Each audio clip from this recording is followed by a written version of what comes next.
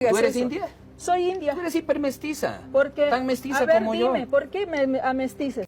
¿Todos somos mestizos? Somos mestizos, una mayoría, no hay eso de que de lo puro, ya no hay hoy día. Para empezar a responder a esta pregunta, primero habría que definir la palabra mestizo. La primera acepción de la RAE dice lo siguiente. Dicho de una persona nacida de padre y madre de raza diferente, en especial de hombre blanco y mujer indígena, o de hombre indígena y mujer blanca. La segunda acepción se parece bastante. Dicho de un animal o un vegetal que resulta de haberse cruzado dos razas distintas. Entonces la cuestión son las razas. ¿Y qué son las razas? Bueno, este es un asunto más complicado. Las raíces de este término se podrían remontar al siglo XV con los estatutos de limpieza de sangre en España.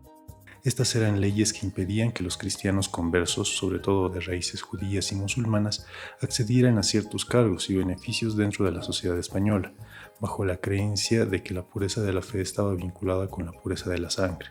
Por lo tanto, un judío no podía convertirse realmente al cristianismo, porque tenía la sangre judía y eso no se quita ni con agua bendita.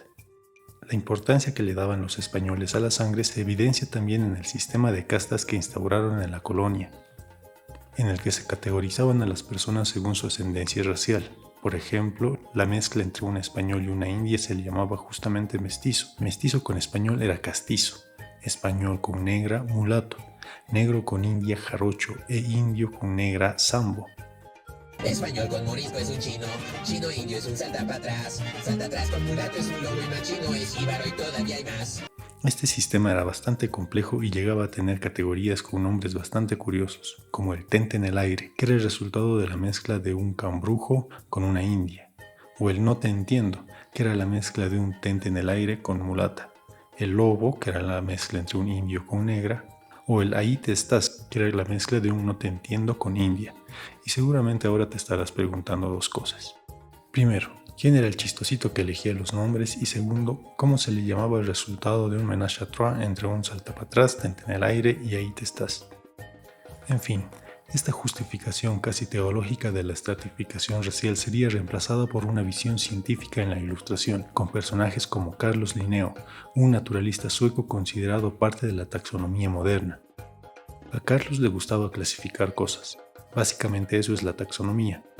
Y entre muchas otras cosas clasificó a los seres humanos en 4 variedades: la europea, la asiática, la americana y la africana. También estaba la clasificación de Johann Friedrich Blumenbach, que nos dividía en 5 razas: caucásicos, mongoloides, malayos, americanos y etíopes. Esta clasificación sería muy popular en los albores del capitalismo, pues el comercio de esclavos era uno de los negocios más rentables de la época, y Blumenbach creía que la raza original era la caucásica y el resto éramos derivaciones truchas, así que no había pedo con esclavizarnos. Si bien por parte de la mayoría de estos autores habían aspiraciones científicas, por lo general no tenían las herramientas tecnológicas, logísticas ni metodológicas.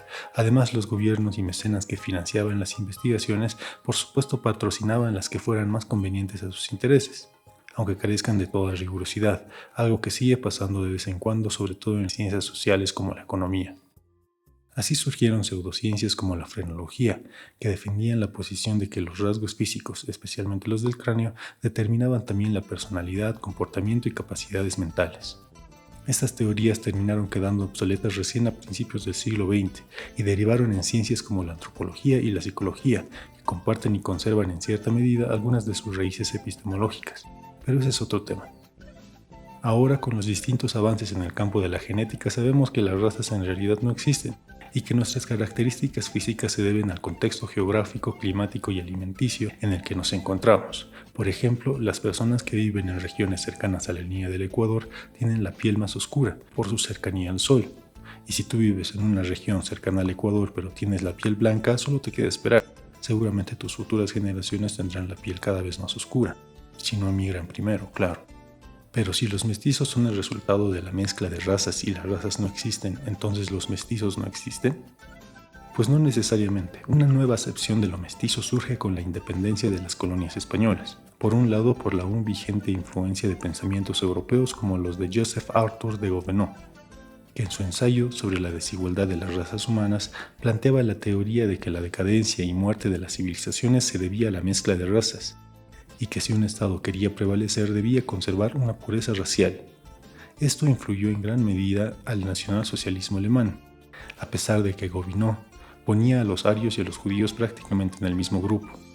La popularidad de este pensamiento llevó a varios países a buscar una uniformidad racial, pero los nuevos estados latinoamericanos tenían el gran problema de que la mayor parte de su población era indígena, a diferencia de sus gobernantes y sus clases privilegiadas.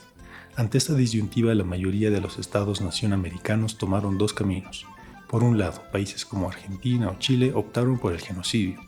Argentina, con la conquista del desierto, donde se estima que murieron alrededor de 20.000 indígenas y los sobrevivientes fueron capturados y separados por géneros para evitar que se reprodujeran, y Chile, con el genocidio de los Selknam.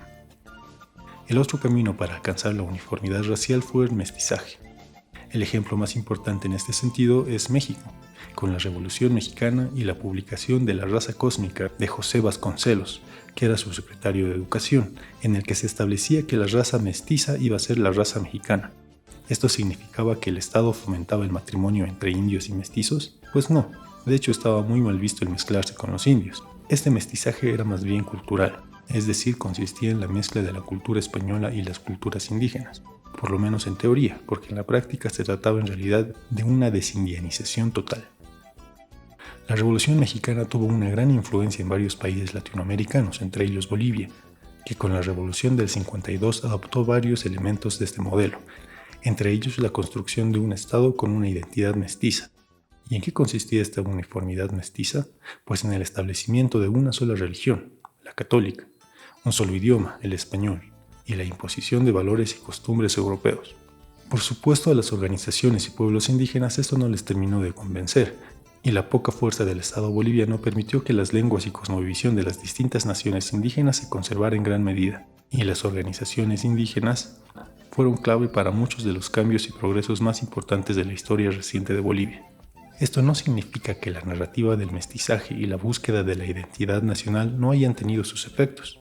Fueron muchos los que emigraron a las ciudades por diversas causas políticas y económicas, y que una vez instalados buscaron ascender socialmente adoptando las prácticas y valores citadinos propios de la identidad mestiza, incluyendo, claro está, el racismo. Este fenómeno es más o menos común y suele generar conflictos de identidad que en un contexto racista provoca un racismo exacerbado y muy complejo porque se da entre personas muy parecidas entre sí. En Bolivia esto expande cada día y sobre todo en las redes sociales, donde parece haber una competencia para ver quién es el más racista, para que nadie se atreva a sospechar de su calidad de mestizos hechos y derechos. Tanto es así que algunos hasta se han ofendido cuando se enteraron que en el censo que se aproxima no se va a incluir la categoría de mestizo en la pregunta sobre la autoidentificación con alguna nación indígena originaria, como si los mestizos fueran una nación. Pero no me quiero burlar de ellos ni ahondar más en el tema porque creo que lo único que obtendría sería un aluvión de insultos. Y tampoco voy a profundizar sobre el término autodeterminación, que implica un solipsismo absurdo derivado del pensamiento liberal, porque eso es otro tema. Así que mejor concluyo de una vez con este video.